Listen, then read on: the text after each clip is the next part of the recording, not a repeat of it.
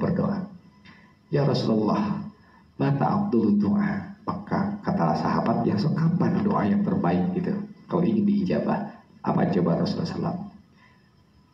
La turaddu doa bainal adan wal iqamah.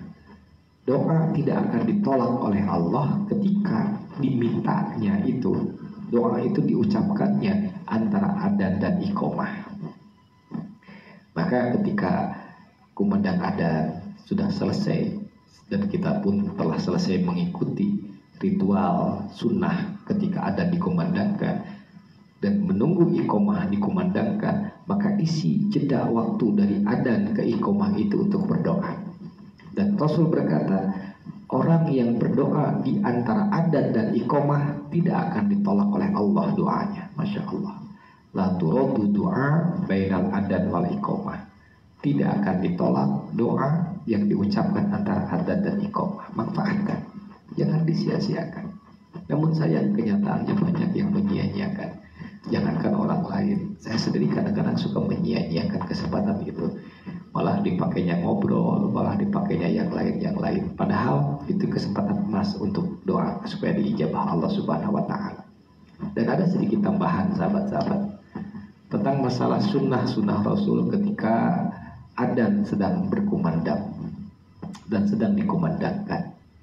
Ini kalau kita mempraktekkan apa yang ada di hadis tentang keutamaan mendengar dan mengikuti kumandang adzan, itu hadisnya mengatakan halat lahu syafaati yaumil qiyamah. Orang nanti bakal dapat syafaat dari Rasulullah SAW.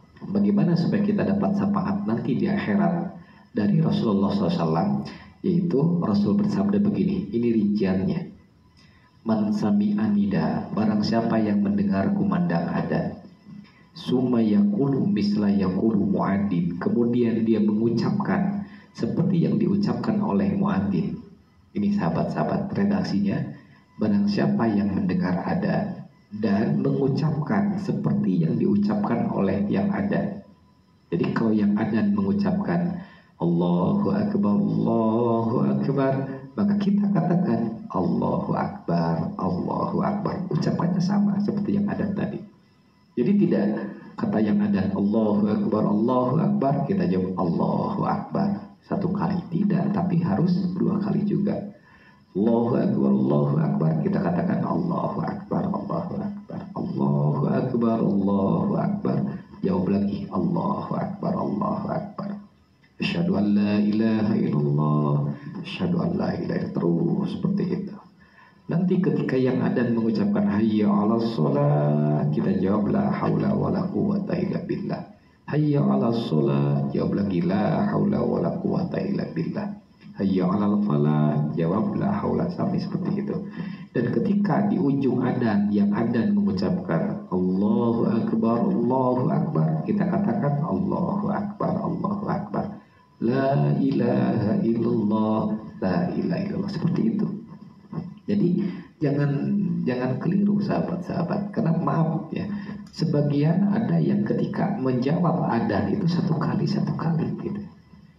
Yang adzan mengucapkan Allahu Akbar, dia jawab cukup dengan Allahu Akbar. Maaf, itu keliru, itu tidak tepat.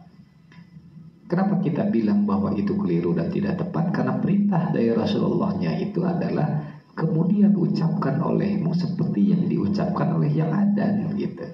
Kecuali jika yang adzan mengucapkan hayya 'alas shalah, hayya 'alal falah, maka katakan olehmu la haula wala quwwata illa billah gitu. Nah, ketika rangkaian adzan tadi sudah diikuti dan kita sudah menjawab seperti yang diucapkan oleh yang adzan tadi, tutup dengan kalimat doa ba'da sami'al adzan, ba'da mendengar adzan. Allahumma rabb hadhihi da'watit tammah was shalatul qa'imah ati Muhammadanil wasilata wal fadilah wa bashu maqamam mahmudah allati wa'adta.